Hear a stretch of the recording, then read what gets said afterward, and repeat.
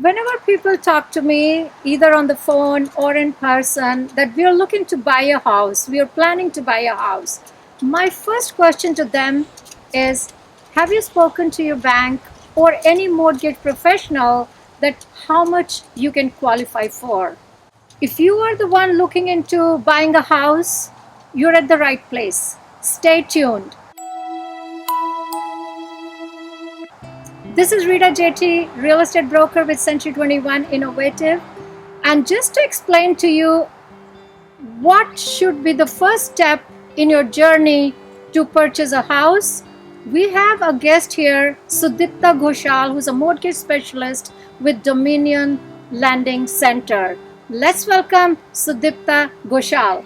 Amita, nice to meet you. Hello, Pleasure. everybody. Thank you so much for having me in here today. It's our pleasure to have you.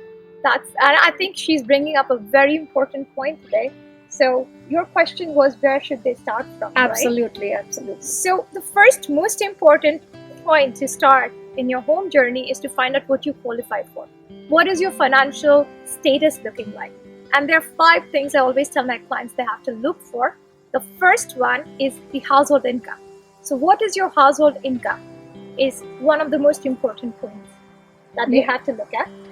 Second thing is So my question is about income. When you say income, a lot of time people say, are you an employee or you're on the contract? Are you self-employed?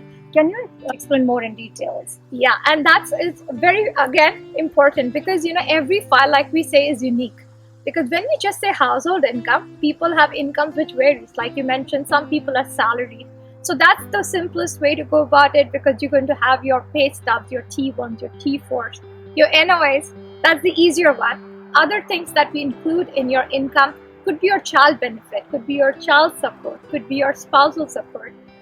If you're a business for self, then you would be looking at your article of incorporation, your business statements, your bank statements, your business financial. So all of that you have to look, and from each file, that's unique, right? So you're going to look at people's income also differently. Oh, definitely. Because a lot of time what happens is people make their own calculations. I'm not sure if I'll qualify. I don't know, only my income is 100,000. I don't know if I can buy a house or not. Just don't make assumptions. Strong suggestion is talk to somebody who specializes in that profession and know first how much you can qualify for. Yes. So other than employment and your income, what is the next thing you guys are looking into? Yes, so after income and employment, the second most important thing that we look at is your credit score. And then we want to know, we just don't look at your score, we would also look at your history of your credit rating, how many trades you have, how good your history has been. And in some scenarios, it's just not telling the client this is your credit score. You also have to guide them to in order to improve it or make it stronger. Yeah, absolutely. Because sometimes it also matters if somebody is new to the country, Right. and they may not have a long history, right? Correct. So what would you suggest regarding the credit cards, because they have to build the credit history? So do you have any suggestion to them? Credit cards, yes. Interestingly, the thing with credit histories is that you have to have trades, right?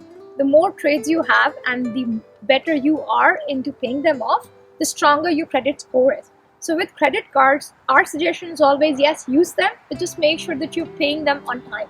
And that's how you build your credit history stronger. Yeah. But definitely have them. Yeah. So what I have normally heard that minimum you should have 2 credit cards. Is that something? I would definitely say a yes to that. Because Okay. if your rating is high but your trade's very thin, which means you don't really have credit cards or just one credit card, no loans, then also it's a thin credit history or a trade history. So you definitely need to build on that. Okay. So the first we mentioned was employment and income and then credit. So what would be the next thing you guys look at? Third would be the debt servicing ratios, or what we call in our language the GDS and the TDS. But can you make it a little simpler for people to understand? Because the first time home buyer may not understand GDS, TDS, those terminologies. Absolutely. So It basically means how many debts do you have? How many loans do you have? And how much of monthly payments are you making? And what is the ratio of that monthly payment to your income? Okay. So the ratio GDS would be the gross income and the ratio of the debts that you have. and TDS would be your net income and the ratio of those debts you have.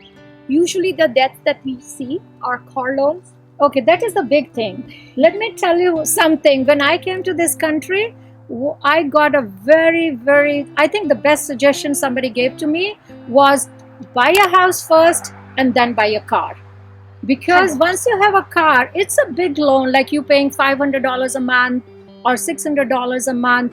Then you might have issues when you're coming to getting your 100%. mortgage approval, right? 100%. Yeah. And interestingly, in a lot of cases I see, especially with younger people, first-time home buyers, even before they buy a house, they have like a 49,000 car loan wherein they're paying about $700-800 a month. Yeah. You could have a mortgage for that amount, like Absolutely. a mortgage payout for that amount. Yeah. So same as yours, my suggestion would be first get a home and then maybe a luxury car. Yeah, it doesn't mean that if you've already bought a car, you cannot buy a house. It's just that you talk to your mortgage specialist. Correct. So that they can do the calculations based on what debts you have, what your monthly payments are, and your income. There's so many other criterias that might impact your mortgage approval. Absolutely. And Yeah. I always say this to every client again and again, is that every file is unique.